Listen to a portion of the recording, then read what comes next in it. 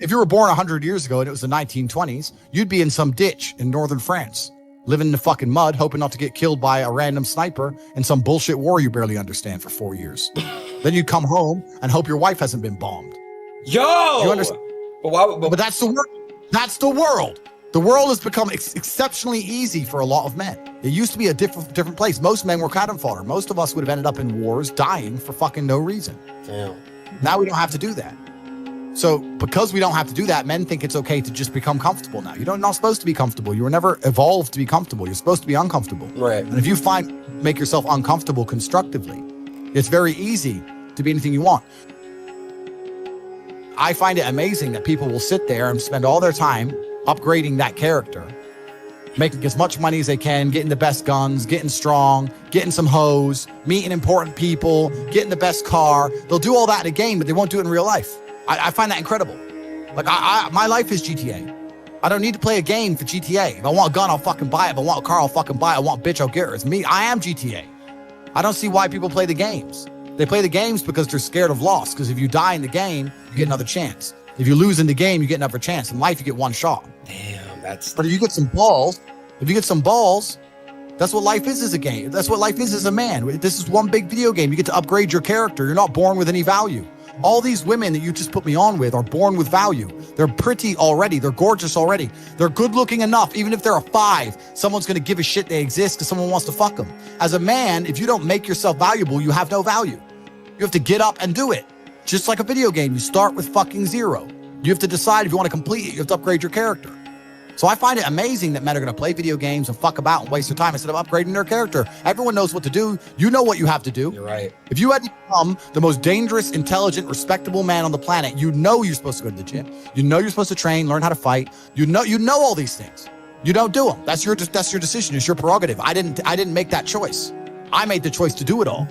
I decided all of it. And every single man watching this can do the exact same thing, which is why I have very little pity. I'd never make fun of someone who hasn't got a choice. I wouldn't make fun of someone born with one I arm. have a choice, though. But if you've made a fucking decision to be less than you should be, then I believe you should be mocked for that decision. I agree. I feel like, yeah, because like you're not living up to your full potential. Like it's your choice to basically not live up to your full potential. Completely.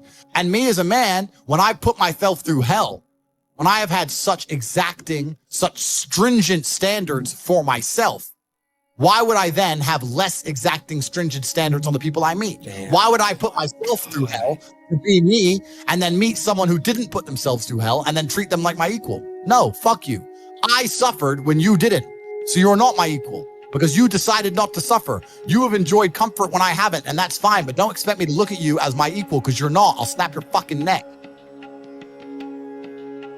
When I tell people that you are the sum of the 5 people you spend the most time with, everyone agrees. They go, yeah, that's probably true. The 5 people you spend the most time with, that's what you're going to end up like. They say, yeah, that's true. And then they continue to hang around with people who they don't want to be. Why? There has to be a point. There has to be a point where you sit and go, okay, you're my friends, etc., etc. I love you guys. Yeah, we can talk, whatever. But I'm on a different life path. You have to leave some people behind. You wouldn't want to be, if you were to come hang out with me and you were in a room with me and my 5 friends, you'd feel self-conscious. You're right. You don't feel self-conscious with your friends. Because you only surround yourself around people that are on like your level of like. With killers. I'm with killers. We're fucking monsters. If you were to come hang around with me and my crew, you would be self-conscious, and that self-consciousness would motivate you, or they would certainly instill the discipline required for you to change. You don't feel self-conscious amongst your peers. That's why you don't change. If you were to get in a room and you're the only person who ain't a fucking monster, you'd want to become a monster. That's life. That's humanity. So I say this to people all the time. If you know you're the sum of the 5 people you hang around with, why you hang around with people you don't want to be? Brother does 500 push-ups. I ain't going to be the bitch of the house. I ain't going to not do them. Right. So that's another reason the war room exists. My organization, the reason it's so competitive, is the reason we kick people out. You have to fight to keep... Even if they pay, you're like, I don't give a fuck. Get out. Like, I don't give a fuck. Get out. Out. It doesn't matter. Everyone pays to join. You get kicked out anyway. You have to fight to keep the place. That's the whole... Damn. That's because that's how life was. If we were still in the animal kingdom, the lions that you see on TV, they weren't just born big lions. They had to fight other lions. They had to fight to get that antelope. They had to fight other animals, hyenas, jackals. They had to fight to be the boss. We're living in a comfortable world now where people think, oh, it doesn't matter. But you know what? to some degree, it does matter. It does matter. And I'll tell you who it matters to. It matters to your soul and it matters to God. I stand in the mirror with a pure heart. I know I am the best version of me that could possibly ever exist. I know that God is proud of me. There's nothing that God hates more than sloth and laziness. If God were to create a man and that man were to sit around and do fuck all, God will frown upon you. It's why you're never lucky.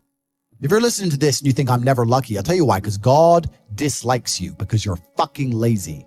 Start to work. Start to show God the beauty of his own creations. You'd be amazed how lucky you'll become. Wow. God is unhappy with these people. And inside their hearts, they're unhappy. We talk about depression, anxiety, all those things you mentioned earlier on this podcast. That comes from self-loathing. You loathe your own weakness. You loathe your own laziness. This is what all of these things are. I don't feel depression. How can I feel depression when I'm the most powerful version of me that I could ever fucking be?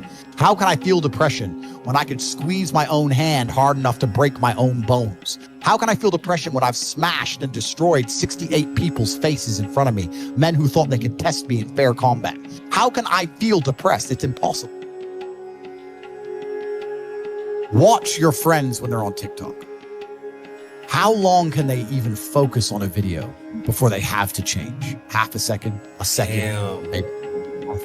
All of your minds are broken. You can't even focus on anything anymore. You're right. You are constantly distracted to the point where you can't even appreciate the good things in your life. You're distracted. Your minds are broken. You need to rewire your mind and resist the slave programming. How? They have programs. I'll tell you how. First thing you have to do is identify it. You have to identify what is happening to you. I use my mind to break the trap. What I do is I allow my enemy to manipulate me on purpose. And then I use my mind to break the trap and punish the perpetrators. I will sit on TikTok for a day and I'll just enjoy TikTok. And by the end of the day, I'll watch myself. How quickly I'm looking to be entertained, how little time I give a video, how fucked up I am. And then I'll blink and I'll cure my fucking brain. You must allow yourself to be manipulated and you must fix it. All of it. You just talked about not appreciating the things you have. Then blink and cure your brain. It's not difficult. There's just no competition because everybody's fucking distracted. They're getting distracted by this, distracted by that, watching fucking Netflix, jerking off to Pornhub like fucking jackasses. It's so easy to win if you can control your own mind. But it seems that nobody fucking can. And that's how the people who run the world keep the world running, because they have all the slaves exactly where they need them to be, permanently distracted and semi-depressed, working their asses off in jobs which will never satisfy them and never pay enough money. That's the matrix. I can't imagine a mind frame or a mindset where I want to do something and can't do it. Right. So it's almost difficult for me to answer that question, because if you have that kind of mind, if your mind is so fundamentally broken that you cannot do with your own mind what you want to do, right, you know, like that, then you're just fucked, right? Life is hierarchical. There's always going to be kings and there's always going to be peasants. If you have a mind that you can't control, then you're never going to be a king. You're going to be a peasant. That's your life. You have a peasant's life ahead of you, and that's your destiny.